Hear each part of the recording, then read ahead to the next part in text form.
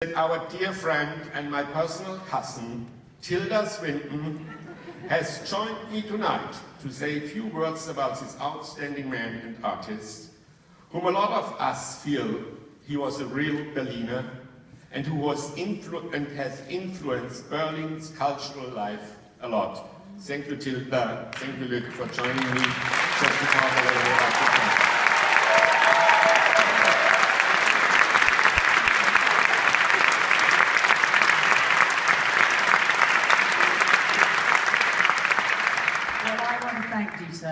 Because he's doing for us what we've wanted somebody to do for a month, which is to give us an opportunity to all be together and sit in the dark and look at the leader of our tribe. And tonight we get to do it.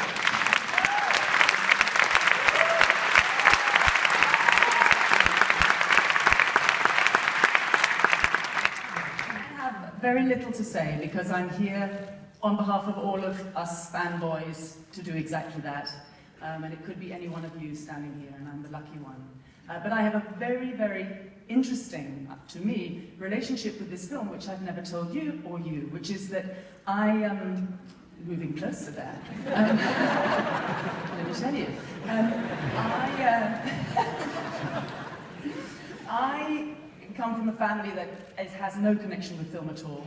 And when I was 17, I was ill in bed with glandular fever, and I had read every book in the house, and my mother's cousin, it's all about cousins this, cousin Dave, cousin Dieter, was married to a writer, screenwriter, and brought me a screenplay.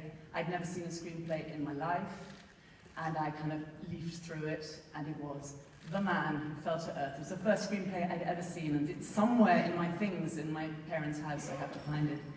And I've always felt a connection with the film for that reason.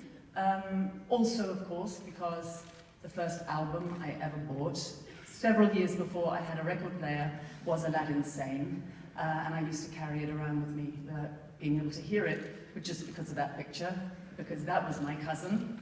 And it was like looking in a mirror at that stage of my life. Yeah, it's tough and it's fantastic because look what he's left us with. Just acres and acres and acres of sound and vision. And we're just so lucky to be living now at this time because we have it all. And we're just going to leaf through it for the rest of the millennium. He made this film, as I understand it, it came to Berlin, and then he moved to Berlin. So it must have something to do with the Berlinale. So that's another thing to thank the Berlinale for. Yeah, it's a great pleasure to be here, and it's only the Berlinale that would think of doing this. It's a cultural moment.